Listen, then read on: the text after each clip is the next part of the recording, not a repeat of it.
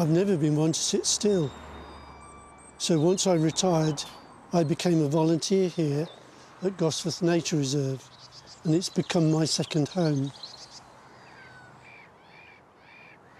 It's an urban gem and attracts all sorts of wildlife.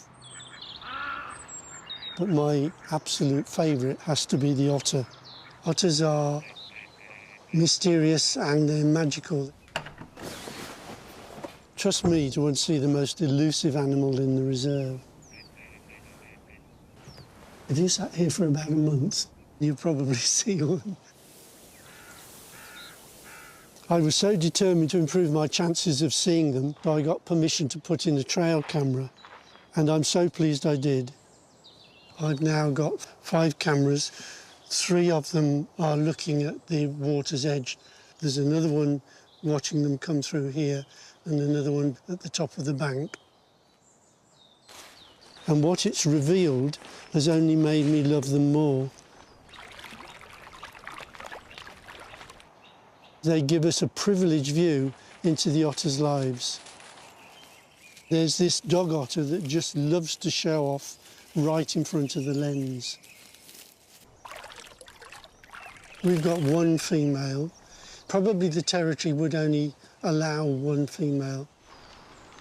It's always a joy to see her on camera, but this autumn she appeared with something even more special. 2 cubs, which was really exciting. When we first saw them, they looked very small. They couldn't walk very fast, but they grow very quickly. They're now confident. They are very interested in all the scents and smells. They leave scent messages all over the place. So the cubs are learning to leave their own messages and interpret all the smells that are around them.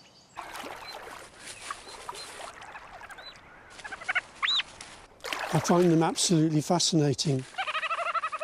I watch the clips over and over again. Nobody walks past me without seeing an otter video. I'm constantly adapting the trail cameras to get closer views of the otters. When you buy a camera trap, its normal focus range is between about 2 or 3 metres and infinity. The otters come closer than that, but I found a way to keep them in focus. Each of the cameras is fitted with a lens from cheap reading glasses, and it's stuck on the front there, so that will give us a focus range from about 1 metre up to 6 metres, which means the otters are always in focus.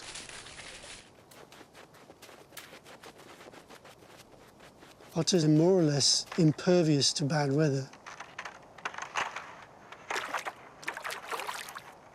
The cameras have caught otters breaking through the ice to get into the water. It's amazing to watch. One of the most exciting things I saw was the mother fishing under the ice while the cubs were following her on top. I expect the mother was hoping they were learning, but it looks as though they were just playing, hoping she would come up with the food. It's a real treat to see the young ones learn and grow. So the cubs will stay with the mother probably until they're about a year old. And as I understand it, that second year of life is really quite dangerous. Because the reserve is their mother's territory, once mature, the cubs will need to find their own elsewhere. But around here, their options are limited. The reserve is surrounded on 3 sides by major roads, and so it's only if they swim out to the south that they can get along a waterway without crossing a major road.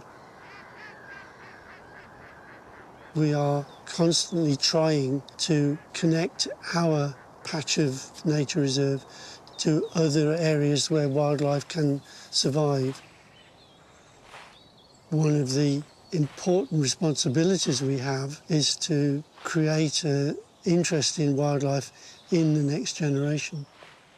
Because if they come to love this place as much as I and my fellow volunteers do, they'll want to make sure that in the long term there is a future for the otters and the wildlife generally here.